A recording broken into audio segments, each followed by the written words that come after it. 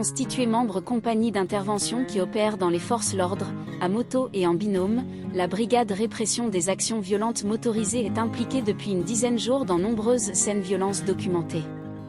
Elle est au centre de la polémique sur les violences policières. Ces membres de sociétés d'intervention qui opèrent dans le maintien de l'ordre, en déplacement, à moto et en binôme, font l'objet d'une pétition réclamant leur dissolution. Signé par plus de 80 000 personnes ce lundi 27 mars, il déclencherait un débat en séance publique à l'Assemblée nationale dès que le seuil des 500 000 signatures serait atteint. Certaines séquences, parmi les suivantes, ont donné lieu à l'ouverture d'enquêtes confiées à l'IGPN, la police. En attendant, de nombreuses vidéos et témoignages circulent depuis une dizaine de jours, mettant en cause des policiers à moto. Samedi 18 mars, 23h30, place d'Italie, une vidéo filmée par le média indépendant La Luciole accuse le brave M d'avoir passé à tabac une femme, à l'abri des regards, place d'Italie. Ils sont dit sur une femme, commente un homme qui assiste à la scène, où l'on peut voir un groupe de policiers casqués frapper une personne. Sur Twitter, le média ajoute que ce n'est pas visible sur leur S, mais ils se sont violemment cognés la tête contre la vitre du bar. Lundi 20 mars, rue des Minimes et rue du Béarn, de nombreuses scènes violences ont été documentées à cette date, qui marque le rejet par l'Assemblée nationale de la motion censure déposée contre le gouvernement, par 9 voix. Un premier rassemblement place Vauban est rapidement dispersé. Des cortèges spontanés se dispersent alors dans plusieurs quartiers de Paris. Un enregistrement sonore, réalisé ce soir-là à l'angle la rue des Minimes de la rue du Béarn, dévoilé par plusieurs médias dont Le Monde et l'Obsidier, le vendredi 26 mars, révèle les menaces, intimidations, insultes proférées par un groupe policier du Brave M contre cet manifestant. Tu as tellement de chance d'être assis là, maintenant que tu t'es fait arrêter, je jure que je te cassais les jambes, littéralement.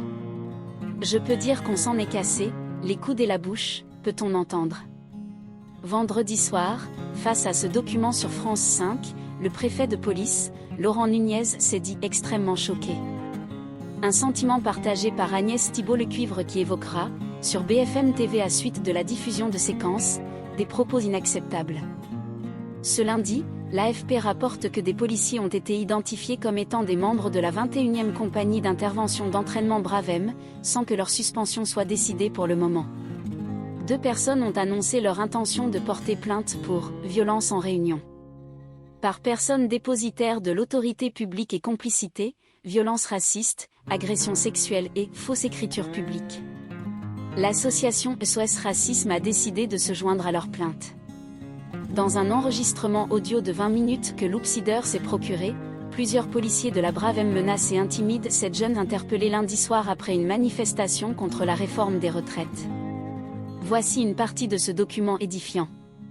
Pic.Twitter de l'Obsidier 24 mars 2023 lundi 20 mars, 21h35, quartier du Châtelet en milieu de soirée, des manifestants se retrouvent dans les rues du quartier du Châtelet. DS du journaliste indépendant Jules Ravel révèle une charge Brave M contre une dizaine de jeunes alignés le long d'une terrasse de restaurant, les mains en l'air ou sur la tête. Parmi eux, Rémi qui, dans une interview au Parisien, confie s'en être tiré avec 4 points de suture à la base du crâne. Je me suis dit, il va voir que je ne suis une menace, mais ça ne veut pas dire n'était du tout le cas. Nos confrères de Politi identifient formellement dans CS un membre de la société 12CI, formé ce soir-là à Brave M, le même qui, 2 heures plus tard, brutalise un autre jeune près de Bastille. Rue Saint-Antoine, une scène, filmée par les caméras de plusieurs médias indépendants, dévoile les S d'un jeune homme courant, s'arrêtant au niveau de 2 autres personnes, face à la police, près d'un kiosque à journaux. Au moins un des 2 manifestants tient un long bâton à la main. Le jeune homme semble écarter les 2 autres de scène et est poussé pour la première fois par un policier Brave M, casque de moto blanc sur tête. Il est resté sur le côté quand, quelques secondes plus tard, un policier a couru vers lui et lui a asséné un violent coup. Sur BFM TV, le préfet Nunez annonce avoir accès aux premiers éléments d'un reportage qu'il a commandé. Il précise un kiosque est juste à côté, un individu qui dégrade ce kiosque est en train d'être arrêté et plusieurs individus s'opposent à cette arrestation, dont l'individu qui reçoit ce coup. Auprès de Check News, la préfecture de police Paris indique que le jeune homme est sorti libre, sans blessures apparentes. Plus tard dans la journée, le parquet annoncera qu'une enquête préliminaire a été confiée à l'IGPN, les faits étant susceptibles d'être qualifiés de violences commises par une personne dépositaire de l'autorité publique. Même heure, même endroit. La situation est très tendue dans le secteur Saint-Antoine où les braves M montent la rue devant les manifestants. Le journaliste Justin Davis capte 20 secondes d'ess où l'on peut voir policier en tenue motard se diriger vers un jeune homme marchant devant lui, avant de lui donner coup-poing sur la tête. Le jeune homme s'effondre, abasourdi.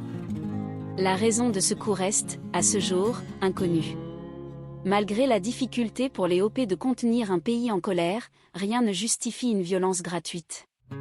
Ceci, filmé rue Saint-Antoine lundi dernier sous mes yeux. J'espère que le jeune s'en est sorti indemne. #France proteste, #manifestation, #violence policière, pic.twitter Z8IPYZNE68 Justin Davis 24 mars 2023 Mardi 21 mars, 23h, avenue Doménil DS révélé par le site Révolution Permanente montre un manifestant pris en chasse par un policier du 32e CI et 2 motards de la division régionale motocycliste, dont l'un lui passe dessus. Ce sont bien les forces l'ordre qui agissent ici en formation Brave M, joint par Check News. Valentin, l'étudiant victime de l'attentat, confirme qu'un des véhicules a roulé sur sa jambe gauche et affirme avoir pris des coups tous côtés sans être interpellé.